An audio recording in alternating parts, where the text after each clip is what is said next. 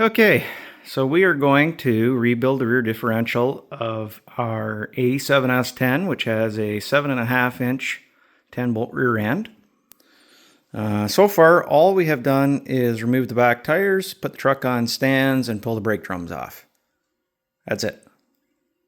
Now, I harp a lot about it, but my recommendation is if you're going to restore a vehicle, or you have a vehicle and you work on it a lot, that having a factory service manual is very handy. So we go through this section here. This is our 7.5-inch ring gear. It shows everything we need to do. The section that I had it in here was this section here, because last night I was looking at this so we can see what our end plate is supposed to be. So, we will come back to that. Okay, now that we're under the truck, a couple things we can talk about.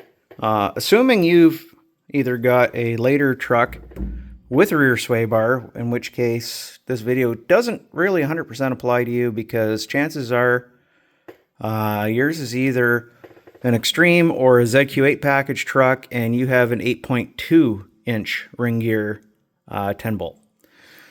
Although the basic principles are pretty much exactly the same on all of the 10-bolt rear ends, so feel free to follow along anyway. Now, if you've added a sway bar like I have, as you can see, it's in our way here. So what we're going to do is we'll unbolt the U-bolts for it, and then you can literally just kind of flip it up out of the way here.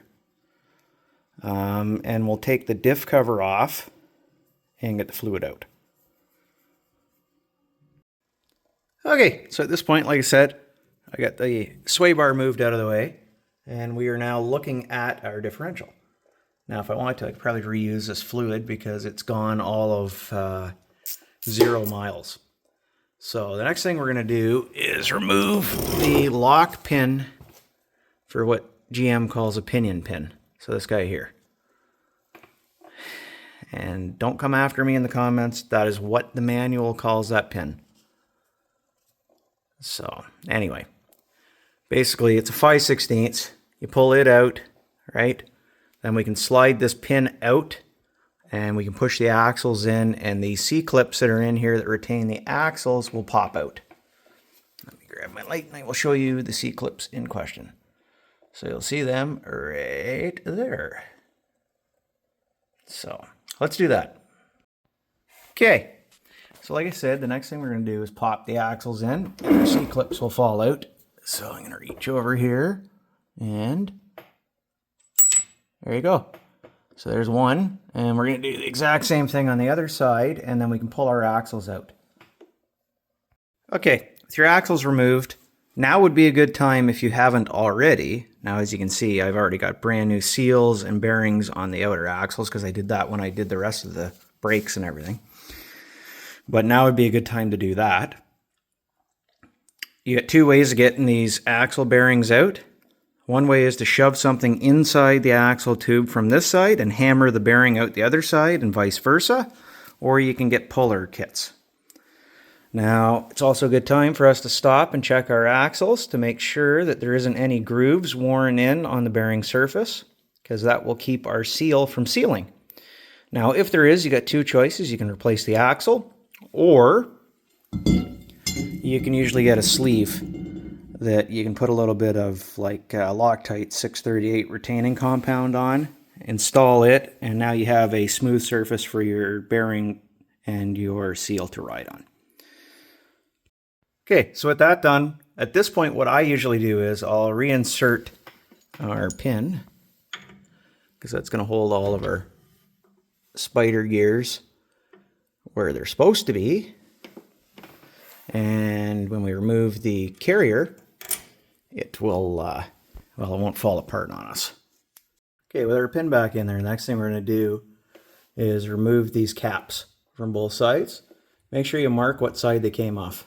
Believe it or not, that is very important. Okay, now the fun part. You gotta get a big pry bar of some kind and pop the carrier out of there. Now, keep in mind, that's a cast iron shim there on both sides of the bearings. We need to know what side those came out of because it'll be very important when we go to reassemble this differential.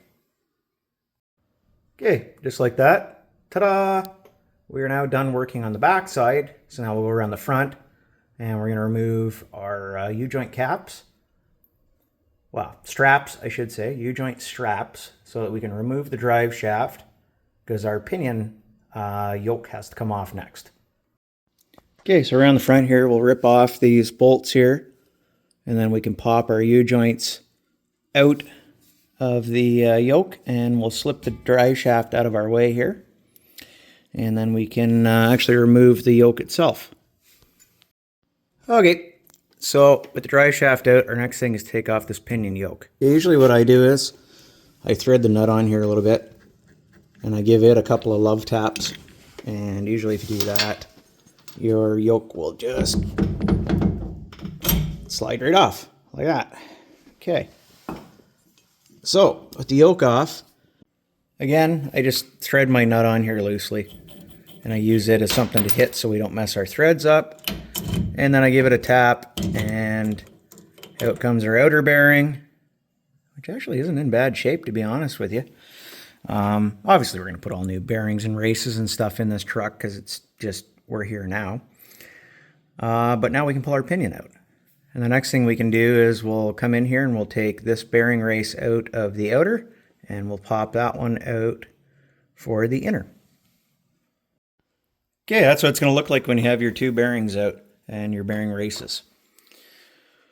I'll show you what they look like over here on the bench in a minute. Ta-da! Okay, so let's talk. This is our outer pinion bearing and race. You'll notice that overall, this little truck, for having 200,000+ on it, it's actually in pretty good shape, all the bearings and stuff. Now that being said, am I going to, at this point, go ahead and reuse anything? Is that a dent? No, that's a hunk of dirt. Okay, no, I'm not. I bought a brand new bearing set. So now this is our pinion crush sleeve. This goes between the bearings. So this guy goes down here, and then our bearing goes like this. Right? Well, it would actually slide down on there a little more. And basically the grand idea here is as you torque the yoke, it forces the bearing down and this sleeve crushes, and that's the spacer between the two. Well, it's supposed to set the depth, basically, is the grand plan here. I'm bad at explaining things like that, but that's the whole idea. Now, even the carrier bearings are actually in really decent shape on this truck. So out of what we're looking at here on the bench, the only thing we're using is the ring gear and the pinion gear. This carrier we're not going to use because obviously it's an open. We have another one over here that is a Posi. So what we'll do is we will spin all these bolts out and take our ring gear off. Now these are reverse thread, so don't do what I did the very first time I did one and snap a bolt off in it because you forget that it's reverse thread or don't know any better. Okay, so there's our Posi unit, and the next thing we're going to do is we got our bearing separator, and we're going to take it over to our little press there, and we're going to pop that bearing off. And I'll show you what we got here. So this is my rebuild kit. There's the part number, right? And what we have here is all Timken bearings. They aren't paying me anything. They can feel free to send me a check. I've had good luck, and honestly, that's what came out of the truck. From the factory, this thing had Timken bearings. So, you know, kind of hard to argue. So those two are the pinion bearings. These two are the carrier bearings. We get a new crush sleeve. We get a new pinion nut and a new pinion seal. They usually give you a little bit of RTV. They usually give you some thread locker for your ring gear bolts. And they give you gear marking compound. So what we're going to do is, like I say, we'll press that off, and we'll press a new one on there. There's a lot of ways you can do it if you don't have a press, right? Like it's not rocket science. I have a toaster oven upstairs. If I really wanted to, I could put the bearings in there and they would just drop right on.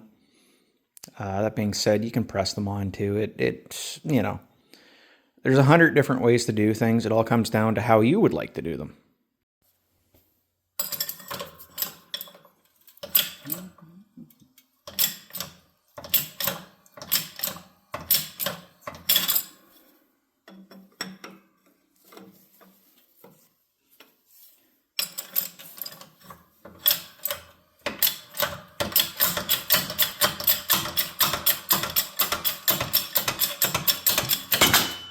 Okay, so what you're going to find between the bearing and the pinion itself is this shim, which, as you can see, should be 35 thou.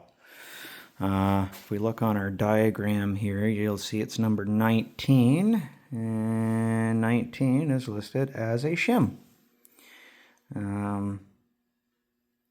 See, number 29, pinion shaft, which is the shaft going through the carrier, just like I said. So what I'm going to have to do is, in the morning, I will take a wander down to the barn, because what I noticed is our kit did not come with shims. Because these guys here we have to replace, according to our manual and according to what I know. But I know for a fact that down in the barn I have probably, I don't know how many shims. I got a whole box of them, all different sizes.